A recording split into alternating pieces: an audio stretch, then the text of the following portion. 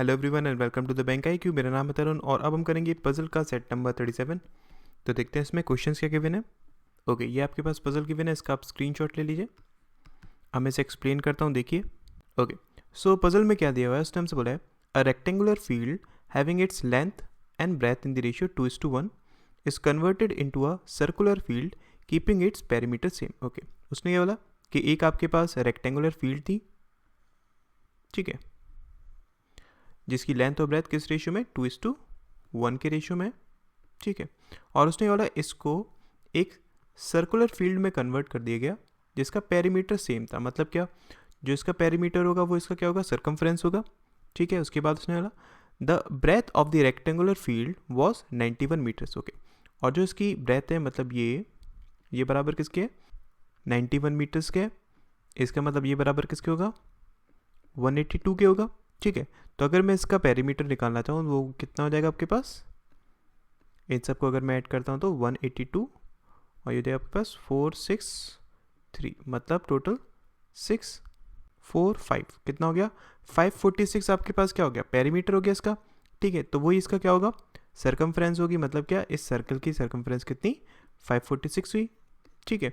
उसके आगे उसने क्या बोला है, and certain number of person are asked to stand around the circular field facing towards the centre. Okay, और इसके बाद कुछ लोगों को इस सर्कुलर फील्ड के अराउंड पर बिठाया गया, ठीक है। और वो सब कहाँ देख रहे हैं, वो सेंटर की तरफ देख रहे हैं। उसके बाद they are sitting at distances which are in consecutive multiple of 6। Okay, और ये जो डिस्टेंसेज पर बैठे हैं वो क्या है, कंजिक्यूटिव मल्टीपल ऑफ 6 में है।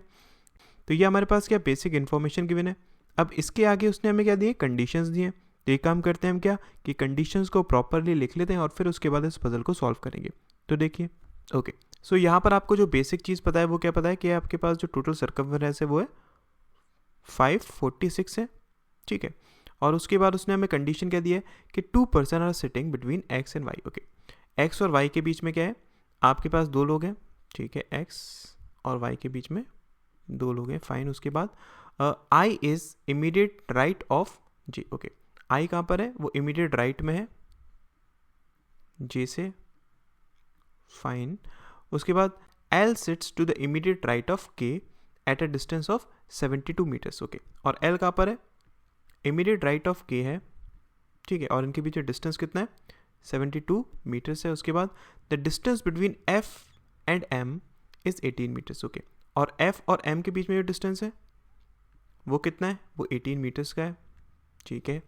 उसके बाद the number of person sitting between E and D is same as between D and C. Okay, और उसने बोला कि जो नंबर ऑफ पर्सन है ई और डी के बीच में वो सेम है किससे, जितने डी और सी के बीच में, ठीक है। उसके बाद the distance between B and C is 30 metres. Okay, और बी और सी के बीच में जो डिस्टेंस है वो कितना है, 30 मीटर्स का है, ठीक है। उसके बाद neither I nor J is neighbour of x and के। ओके, आई और जे ये दोनों ही नेबर नहीं है किसके, एक्स के और के, ठीक है। उसके बाद the number of person sitting between A and Y is same as the number of person sitting between Y and B. Okay, और जो नंबर ऑफ पर्सन है ए और वाई के बीच में, ठीक है, वो सेम है किससे, वाई और बी के बीच में। उसके बाद ईदर बी और F is neighbour of x. Okay, या तो बी या फिर एफ ये नेबर है किसका, एक्स का, ठीक है। उसके बाद f is third to the left of y, f कहाँ पर है, third to the left of y, ठीक है। इतनी इन्फॉर्मेशन आपके पास गिवन है ना। अब आप देखिए इसका यूज़ किस तरीके से करेंगे, फाइन। तो सबसे पहले अगर मैं स्टार्ट करूँ, हम एक चीज़ जानते हैं क्या, कि f और y के बीच में 2 लोग हैं, ठीक है। f और y के बीच में 2 लोग हैं, और अगर y आपके पास यहाँ है, इन दैट केस f आपका यहाँ पर होगा, ठीक है। इनके बीच में 2 पर्सन है, फाइन। और उसके बाद x और y के बीच में भी कितने, 2 लोग हैं, ठीक है। इसका मतलब क्या है कि x आपके पास यहाँ पर होगा, इस साइड हो नहीं सकता है। कितने लोग हैं, 2 लोग हैं। उसके बाद उसने हमसे क्या बोला है, देखिए कि या तो b या फिर f x के पास है। अब देखिए f तो हो नहीं सकता x के पास, इसका मतलब क्या है कि एक चीज़ कन्फर्म है, हमारे पास b कहाँ होगा, वो x के पास होगा। तो यहाँ पर हमारे पास दो पॉसिबिलिटीज़ हो सकती हैं। क्या? एक हो सकता है आपके पास b यहाँ पर हो, ठीक है, या फिर हो सकता है आपके पास, अगर मैं इसको एक और पॉसिबिलिटी बनाना चाहूँ, f यहाँ पर है, ठीक है, उसके दो बाद आपके पास यहाँ पर क्या है, y है, फिर उसके बाद ये और ये यहाँ पर क्या है, x है। हो सकता है कि b आपका x के राइट साइड हो, ठीक है, दोनों पॉसिबिलिटीज़ हमारे पास बन सकती है ना। और उसके बाद उसने हमसे क्या बोला था, क्या कि y और b के बीच में जितने नंबर ऑफ पर्सन है उतने ही नंबर ऑफ पर्सन a और y के बीच में भी है। तो अगर मैं यहाँ से देखूँ b और y के बीच में 3 लोग हैं ना, इसका मतलब क्या है a और y के बीच में भी कितने होंगे, 3 लोग होंगे। तो यहाँ पर एक आपके पास a क्या होगा, a होगा, ठीक है। सिमिलरली अगर यहाँ पर बात करूँ तो a आपका यहाँ होगा, ठीक है। आई होप इतनी चीज़ें समझ में आई होंगी ना। उसके बाद देखिए उसने हमसे क्या बोला कि b और c के बीच में, ठीक है, जो डिस्टेंस है वो कितना है, 30 मीटर्स का है, ठीक है। b और c के बीच में डिस्टेंस है वो 30 मीटर्स का है।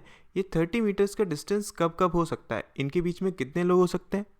या तो ये हो सकता है कि इनके बीच में कोई भी ना हो, मतलब क्या, b और c दोनों के दोनों क्या हो, एक साथ में हो, ठीक है। या फिर इनके बीच में कितने लोग हो सकते हैं, एक बार देख लेते हैं। अगर इनके बीच में एक लोग होगा, इन दैट केस यहाँ पर आपके पास पॉसिबिलिटी क्या बन सकती है, डिस्टेंसेस की, b c के बीच में अगर एक पर्सन है, इन दैट केस 12 और 18, ये आपके पास कंसेक्यूटिव मल्टीपल में बन सकते हैं।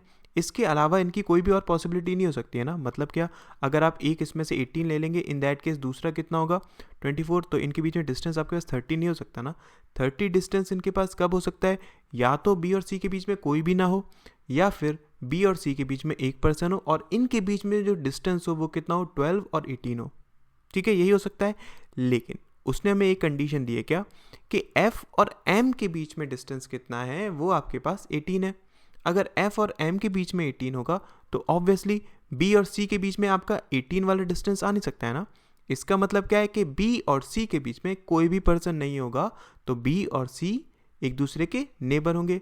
तो अगर मैं यहाँ पर पुट करता हूँ, c कहाँ पर आएगा, यहाँ आएगा, और इस कंडीशन में पुट करता हूँ तो c आपके पास कहाँ आएगा, वो यहाँ पर आएगा, ठीक है। आई होप यहाँ तक सारी चीज़ें क्लियर हुई होंगी। इसके बाद और देखिए, अब इसके बाद अगर मैं बात करूँ किसकी, f और m की, तो हम एक चीज़ जानते हैं, f और m के बीच में डिस्टेंस कितना है, 18 है। ये 18 का डिस्टेंस कब बन सकता है, या तो एक कंडीशन हो सकती है क्या, कि m और f के बीच में कोई भी पर्सन ना हो, या फिर एक और आपके पास पॉसिबिलिटी बन सकती है, कौन सी, कि अगर इनके बीच में एक डिस्टेंस हो कितना, 6 और एक डिस्टेंस हो 12, ठीक है। ये भी आपके पास क्या पॉसिबिलिटी बन सकती है। अगर आपको ये डिस्टेंसेस निकालने में दिक्कत होती है तो मैं कई बार इस तरीके की वीडियो बना चुका हूँ जिसमें हम कंसेक्यूटिव डिस्टेंस लेते हैं। उसमें आप किस तरीके से ले सकते हैं कि f और m के बीच में अगर मेरे को निकालना है कि नंबर ऑफ पर्सन क्या क्या हो सकते हैं, तो मैं क्या कर सकता हूँ, जैसे कि एक मैंने बोला इनके बीच में कोई भी पर्सन नहीं है। दूसरी इसमें पॉसिबिलिटी क्या हो सकती है, अगर हम लेकर चलते हैं, क्या इनके बीच में एक पर्सन हो सकता है। अगर इनके बीच में एक पर्सन होगा तो देखिए एक डिस्टेंस x होगा, दूसरा डिस्टेंस कितना होगा, x + 6 होगा ना। इन दोनों को अगर मैं ऐड करता हूँ तो देखिए 2x + 6 इजिकल्स टू कितना, 18, ठीक है। यहाँ से 2x अगर मैं देखता हूँ तो आपके पास कितनी वैल्यू है, 12, मतलब x की वैल्यू कितनी है, 6। तो एक आपके पास 6 होगा, दूसरा आपके पास कितना होगा, 12 होगा। अब यहाँ पर अगर हमें चेक करना है क्या इनके बीच में दो लोग हो सकते हैं, तो मैं क्या करूँगा, फिर से यही कंडीशन लूँगा, f और m के बीच में अगर दो लोग होंगे, इनका मतलब क्या है, इनके बीच में डिस्टेंस कितना होगा, x + 6 और x + 12। तो ये टोटल डिस्टेंस कितना हो गया आपके पास, 3x + 18 इजिकल्स टू 18। ये गया यहाँ से आपके पास x की वैल्यू 0, ये चीज़ हो नहीं सकती है। इसका मतलब क्या, एक चीज़ कंफर्म है, इनके बीच में या तो एक भी पर्सन नहीं होगा या फिर इनके बीच में एक पर्सन होगा, ठीक है। ये चीज़ क्लियर हुई ना, समझ में आई। उसी को हम यहाँ पर यूज़ करेंगे। तब देखिए पहले हम कंडीशन मान के चलते हैं, क्या इनके बीच में कोई भी पर्सन नहीं है f और m के बीच में, तब इन दैट केस ये डिस्टेंस कितना होगा, 18 होगा। यहाँ पर क्या आ जाएगा, m आ जाएगा। सिमिलरली यहाँ पर अगर मैं बात करूँ तो m आपके पास यहाँ आएगा, डिस्टेंस इनके बीच में कितना हो जाएगा, 18 हो जाएगा। यही हमारे पास कंडीशन बन सकती है ना।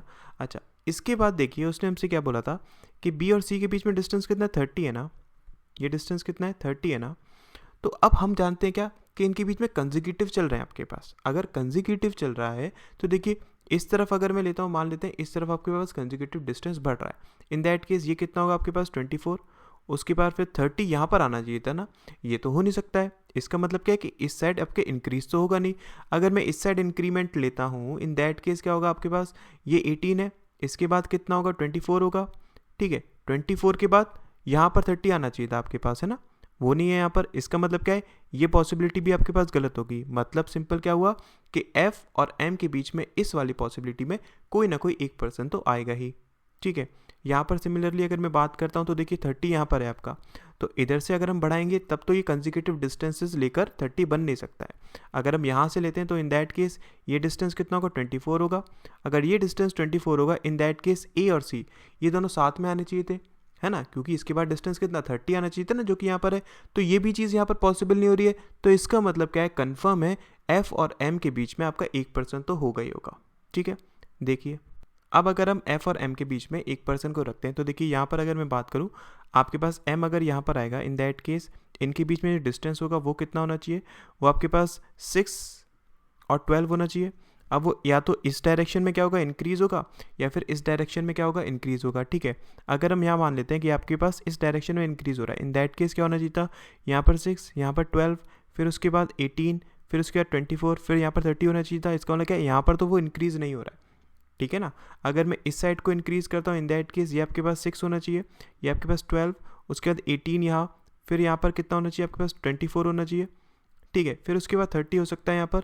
ये वाली आपके पास कंडीशन बन सकती है। एक पॉसिबिलिटी आपके पास ये है कि आपके पास m का हो, यहाँ पर हो, तो इंक्रीजिंग ऑर्डर इस साइड से हो सकता है। ठीक है, लेकिन हम एक और चीज़ जानते हैं क्या, कि आपके पास एक डिस्टेंस उसने 72 दिया हुआ है, k और l के बीच में डिस्टेंस कितना है, 72 है ना। अगर मैं यहाँ पर इसको 30 मान लेता हूँ, इन दैट केस ये 36 हो जाएगा, यहाँ पर ये डिस्टेंस कितना हो जाएगा आपके पास, 42 हो जाएगा, ये 48 हो जाएगा, ये आपके पास कितना 54 हो जाएगा, ये ज़्यादा से ज़्यादा 60 हो सकता है। इसके बाद अगर मैं देखूँ तो और तो डिस्टेंसेस यहाँ पर हो नहीं पाएंगे ना, क्योंकि नंबर ऑफ पर्सन यहाँ पर क्या हो गए, बहुत कम हो गए। इसका सिंपल सा मतलब क्या हुआ कि यहाँ पर आप इस साइड में मतलब क्या m को पुट नहीं कर सकते। अगर इन केस मैं m को यहाँ पर पुट करता हूँ तब, और देख लीजिए, अब अगर हम इस साइड में m लेते हैं, ठीक है, इनके बीच में क्या 1% है, इन दैट केस देखिए इस डायरेक्शन में तो आपके पास इंक्रीमेंट में होगा नहीं, मतलब क्या 6 यहाँ पर और 12 यहाँ पर, इस डायरेक्शन में तो होगा नहीं। वो कहाँ हो सकता है, इस डायरेक्शन में हो सकता है, मतलब क्या 6 यहाँ पर, ठीक है, 12 यहाँ पर, उसके बाद देखिए 18, ठीक, फिर उसके बाद 24, फिर उसके बाद यहाँ पर डिस्टेंस होगा, यही होना चाहिए ना। फिर से अगर मैं देखूँ आपके पास 72 यहाँ पर आ पाएगा क्या, हमें उस चीज़ को चेक करना है। तब देखिए आपके पास आपका 30 यहाँ पर है, ठीक है, 36 यहाँ पर होगा, 42 यहाँ पर होगा, 48 यहाँ पर होगा, 54 यहाँ पर होगा, 60 यहाँ पर होगा, 66 यहाँ पर होगा, 72 यहाँ पर होगा, यहाँ होना चाहिए ना। मतलब क्या, इसके और इसके बीच में 72 होना चाहिए। लेकिन अगर मैं 72 डिस्टेंस की बात करूँगा, इन दैट केस आपके पास उन दोनों में k और l आना चाहिए ना।